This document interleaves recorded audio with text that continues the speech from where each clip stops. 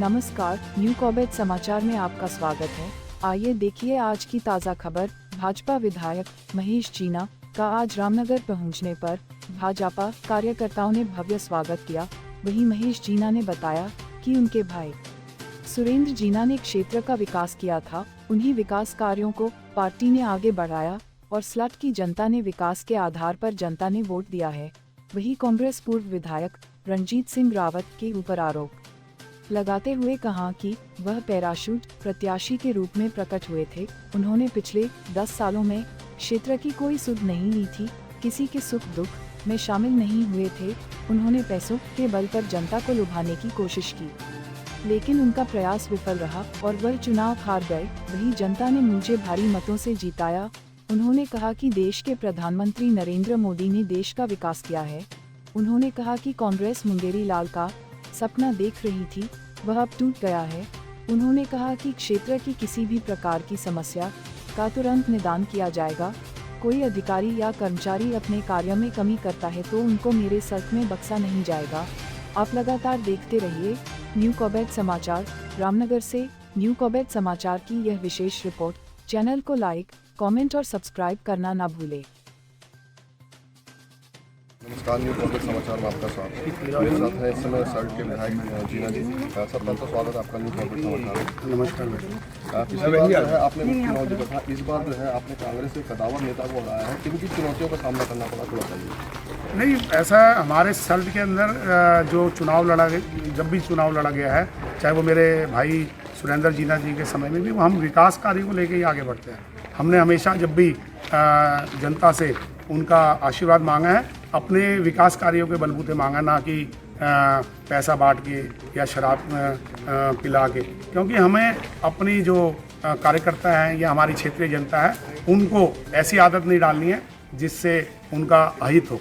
हमें तो अपने चाहे सड़कों का कार्य हो, चाहे पेयजल की योजना है, चाहे बिजली की समस्याएं या अन्य लोगों की जो परेशानी रहती है, उनको दूर करने के लिए ही हम लोग तत्पर रहते हैं और आगे भी इसी प्रकार कार्य करेंगे। आपने देखा उपचुनाव में भी जनता ने सुरेंद्र जीना जी के कार्यों के बलबूते मुझे यहाँ से सबसे अधिक वोटों से जिताया और आज भी उन्हीं बलबूते मैंने पार्टी के शीर्ष नेतृत्व ने जब मुझे मेरे पे भरोसा करके टिकट दिया और जनता ने भी मुझे इतना धन बल का प्रयोग होने के बावजूद विपक्ष के द्वारा फिर भी मैं आज सब अच्छे वोटों के साथ जीता हूँ और आगे भी जनता को पूरा मेरे पे भरोसा है कि मैं यहाँ के सल्ट विधानसभा के विकास कार्य को। सर, जैसे आपने सरकारी कर्मचारियों की कार्यप्रणाली को लेकर भी आपने कुछ बातें कही हैं, क्या कैसे करेंगे आगे? जब मैं उपचुनाव जीता तो 7-8 महीने में जो मेरा अनुभव है उसी के बलबूते मैंने देखा है कि ब्लॉकों में हो, चाहे तहसील में हो, चाहे पटवारियों के माध्यम से हो, और कार्य में जो है सुस्ती बहुत ज़्यादा है। लोगों को बहुत चक्कर कटाया जाता है और जो क्योंकि जनता जो है वो हमें कहती है कि वैसे पटवारी मेरा ये नहीं बना रहा है, वो नहीं बना रहा, तो जब उनको कहा भी जाता है तो वो एक विधायक को भी इतनी तवज्जो नहीं दे रहे। या तो उस समय ऐसा रहा कि उनको लगा कि मेरे पे शायद मात्र 7-8 महीने, तो अब तो मेरे पे पूरा 5 साल का कार्यकाल है और मैं पूरा प्रयास करूँगा कि मेरे सल्ट के अंदर कोई भी जनता जो है निराश होकर सरकारी कार्यालय से वापस ना जाए। उनका कार्य तुरंत होना चाहिए। तुरंत का मतलब है तुरंत, उनको किसी प्रकार का जो है बहकाना या उनको टालने का कार्य नहीं करना चाहिए। अगर कोई उनके पास कागज़ पूरे नहीं है तो उनको लिख के दें कि तुम्हारे पास ये कागज़ पूरे नहीं है, जब आप अगली बार आएँ तो वो पूरे कागज़ लाएँ और उनका कार्य उसके कागज़ पूरे होने के बाद तुरंत होना चाहिए। मुख्यमंत्री पद पर भी सस्पेंस बना हुआ है, कौन बनेगा मुख्यमंत्री? ये तो काम जो है शीर्ष नेतृत्व का है। हम तो बहुत अंतिम पंक्ति में है, विधायक कोई वो नहीं है। जैसा भी पार्टी संगठन तय करेगा और जैसा भी विधायक मंडल करेगा वो हम उसमें राजी हैं। ऐसा हमारा उसमें कोई असर नहीं। अभी हमने बात की जीना जी से और इन्होंने अपनी कार्यप्रणाली के बारे में बताया और बताया कि जो आगे जो है कार्य वो किस तरह से करेंगे। रामनगर से न्यू कॉबेट समाचार से उधम सिंह राठौर की विशेष। आपको पता ही है कि उपचुनाव के बाद मैं लगातार अपने क्षेत्र में सुरेंद्र जीना के विकास कार्य को आगे बढ़ाने में लगा रहा।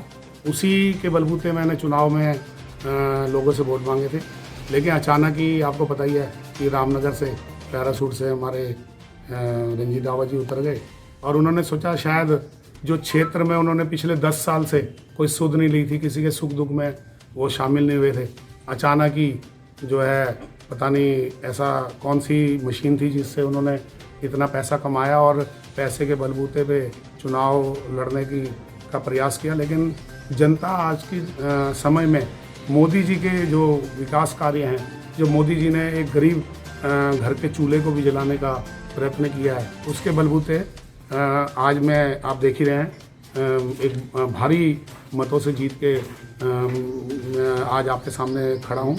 और पूरा जनता ने ये को पता था कि विकास कार्य जो है भारतीय जनता पार्टी ही सल्ट में कर पाएगी, और उनको पूरा सिरे से नकार दिया, क्योंकि चुनाव से पहले ऐसे ही कयास लगा रहे थे कि हम इतने वोटों से जीतेंगे, हम ऐसा करेंगे। खाली एक सपना जो उन्होंने मुंगेरी लाल का देखा था वो अचानक ही टूट गया और वो वापस अब देखते हैं कि रामनगर से वो कहाँ को जाते हैं। हो सकता है कि कोई अलग ही कंट्री में जाने का सोचना पड़ेगा, हिंदुस्तान में तो उनको कहीं जगह मिलने वाली नहीं।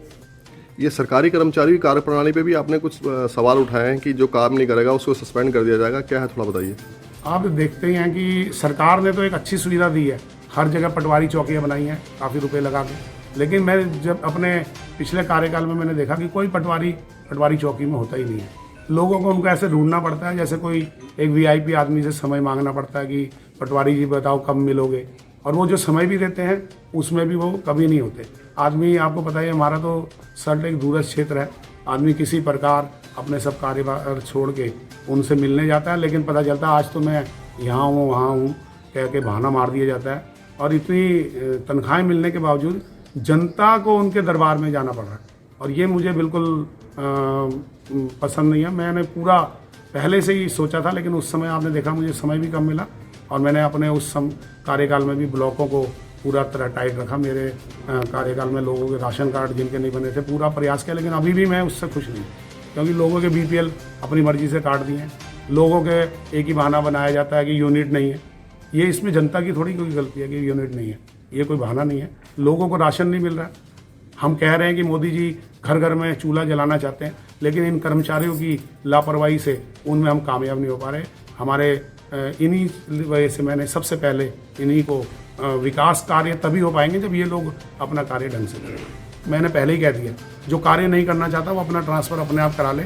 हम भी नहीं चाहते कि किसी के खिलाफ गलत कार्रवाई हम करें, और इससे बढ़िया अगर उन्होंने काम नहीं करना तो वो कोई अन्य क्षेत्र ढूंढ ले। मेरे साथ में ये नहीं चलता।